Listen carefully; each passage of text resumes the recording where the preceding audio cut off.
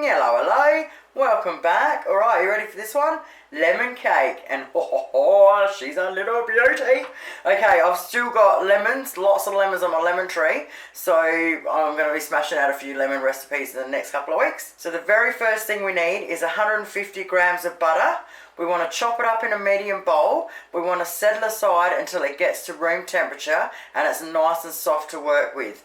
Once that's done, I will write the recipe below as always for you guys. So we're going to need some caster sugar, a couple of lemons, some vanilla extract, 3 eggs, some self-raising flour, some icing sugar for the end, and some blanched almond meal or ground almonds. And if you don't have either of them and you've got some blanched almonds, you can whack them in your processor, smash them all down till they get to that consistency, and away we go. We want to preheat our oven at 160 degrees Celsius. We want to get a roughly 20 centimetre round springform tin. You want to rub some butter all the way around the outside, tip a little bit of flour in, go over to the sink, roll it around, tip it upside down, tap the excess flour off.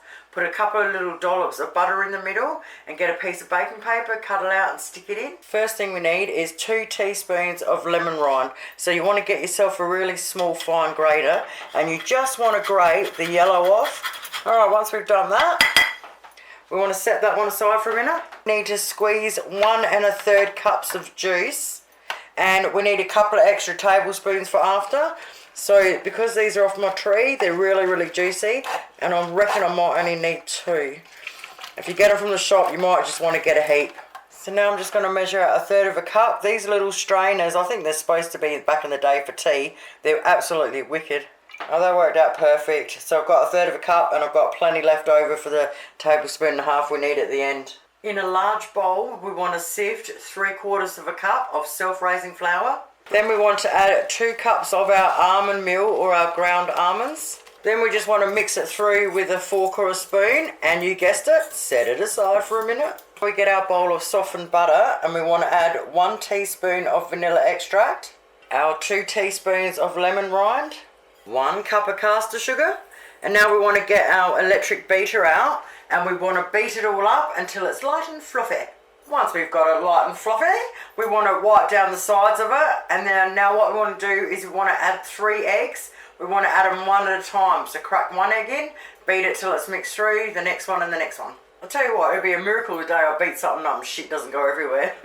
Now we want to spoon that into our flour mixture. We want to mix it in with the spoon really well until we get it all nice and smooth. Oh mate, that is an awesome arm workout, I'm telling you. Whew. Alright, now we've done that, we want to bang it into our tin. Once we've got it in there, we want to flatten it all out and make it even on the top. Once I squashed it all down, I end up swapping to a teaspoon. Just take your time with it. Once we've got it as flat as we can, our oven should be nice and hot now. Now we want to bang it in there for up to an hour. I know my electric oven, it won't take that long. And you test it by putting a skewer in the middle. If it comes out clean, she's ready. While that's cooking away, we need to get out a small saucepan. We want to put 1/2 cup of caster sugar in there. When I say, alright, it's time to put our lemon and sugar mix on, what we want to do is we want to put it on a medium heat and we want to melt the sugar down so you can hear the sugar on the bottom. When you keep stirring it over the medium heat and you can go like that and you can't hear the sugar anymore, it's ready. Oh mate, it smells amazing in here. Alright, exactly 48 minutes later in my electric oven.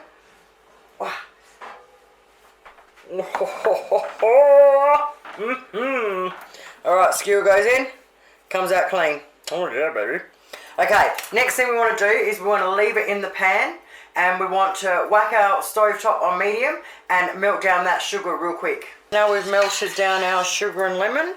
The next thing we want to do is we want to get our skewer and we want to put holes in the top of our cake, only about halfway down. Now if you don't have skewers, maybe use a pointy knife. Once we've done that, we want to pour our hot syrup all over it. I probably should have put that on a tray first because it's going to leak out the bottom like I do. So stick it on a tray first. Alright, and try and cover the whole thing. Use up every little bit of it. Now we're going to leave it there until it goes completely cold.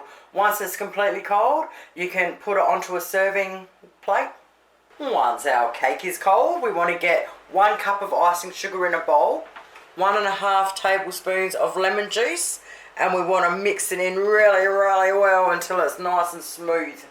Okay, once you've done that, you just want to get your lemon icing and drizzle it over it anyhow you want.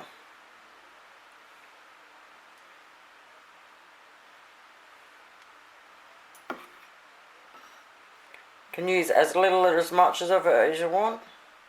I mean, check that out. Now, you can leave it sit there until the icing sets if you want, or you can just cut it up. Oh, I'm trying this one.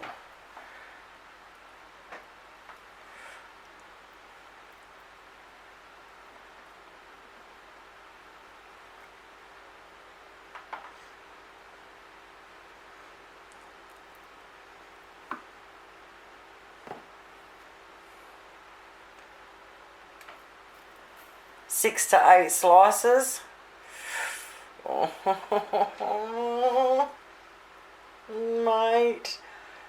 This is the most moreish lemon cake you'll ever make. Okay, now, next up, one of my favourite recipes of all time. It was supposed to be today, but I forgot to take it out of the freezer, so I hope you like kangaroo. Thank you guys so much for watching. Have yourselves a cracker of a night. Definitely give this one a go, and I'll see you soon. Bye!